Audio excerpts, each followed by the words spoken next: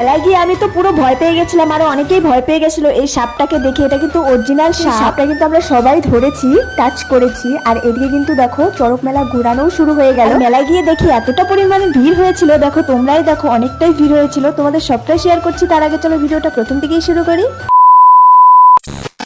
Everyone, আবারও আমার আরেকটা ব্লগে তোমাদের সবাইকে ওয়েলকাম। ভিডিওটা কিন্তু কালকের ছিল, যেহেতু একদিন আমার ভিডিওটা এডিট করতে লেট হয়ে গেল। মেলায় যাবো বলে রেডি হচ্ছিলাম, দেখো বলতে বলতে কিন্তু বেরিয়েও পড়েছি। আমি, দাদা আর ভাগ্নি যাচ্ছি মেলাতে। দেখো বলতে বলতে কিন্তু আমরা চলে এসেছি মেলাতে। মেলাতে ঢুকতে না ঢুকতেই দেখি এতটা পরিমাণের ভিড়, আমি তো দেখে পুরো অবাক। এখন কিন্তু একটু কমই ভিড় ছিল, আর একটু বাদে কিন্তু আরো ভিড় হয়ে যাবে, যেহেতু আমরা আগেই চলে এসেছিলাম একটু সন্ধ্যে সন্ধ্যে থাকতে। এই চড়ক মেলায় কিন্তু সবাই আসে, আমাদের ওদিকে যত লোক আছে দূরের দূরে সবাই আসে এই মেলাটা দেখতে। দেখো তারপরে বলতে বলতে কিন্তু আমরা ভিতরেও চলে গেছিলাম, আর ভিতরে দেখো এতটা পরিমাণে ভিড় হয়ে গেছিল। চোখে পড়লো একটা দাদু মাথায় আগুন নিয়ে হাঁটছিল, আমি তো দেখে পুরো ভয় পেয়ে গেছিলাম। পরে একজন বললো যে না, ওটা নাকি মন্ত্র দিয়ে ওরা করে, তাই ওদের কিছু হয় না। তারপরে ওদিকে পুজো শুরু হওয়ার আগে শিব পার্বতী নাচ করছিল, এগুলো আমার দেখতে খুবই ভালো লাগে। জানো তো এই মেলাতে একটা গাছে 4 জনকে ঘোরানো হয়।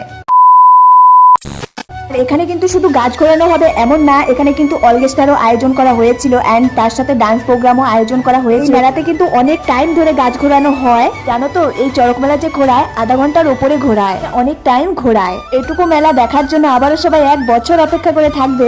চড়ক মেলা শেষ হওয়ার পরে তারপরে দেখি কাকু মহাদেব সেজে হাতে সাপ নিয়ে ঘুরছিল। সাপটা দেখে তো আমি পুরো ভয় পেয়ে গেছিলাম, আর সাথে অনেকেই ভয় পেয়ে গেছিল। তার সাথে কিন্তু সাপটা ধরেও ছিলাম আমরা সবাই মিলে। জানো তো এতটা পরিমাণে ভিড় হওয়ার কারণে দোকানদাররা কিন্তু স্কুলের বারান্দাতেই দোকান দিয়ে বসেছিল। আমি চলে এসেছিলাম কানের কিনতে দোকানে। পরে দিয়ে কানের টানের কিনে তারপরে আমরা যেহেতু বাড়ি চলে যাব, তো যাওয়ার আগে 2টো এগ রোল আর অনেক কিছু খাবার নিয়ে নিলাম বাড়ির জন্য। আমরা কিছু খাওয়া দাওয়া করে তারপরে আমরা চলে যাচ্ছি বাড়ি। আর দেখো গাইস, বলতে বলতে কিন্তু আমি বাড়িতে চলে আসলাম, আর ভিডিওটা আমি এখানেই শেষ করলাম। আজকের মতো টাটা, দেখা হচ্ছে আবারও নেক্সট ভিডিওতে।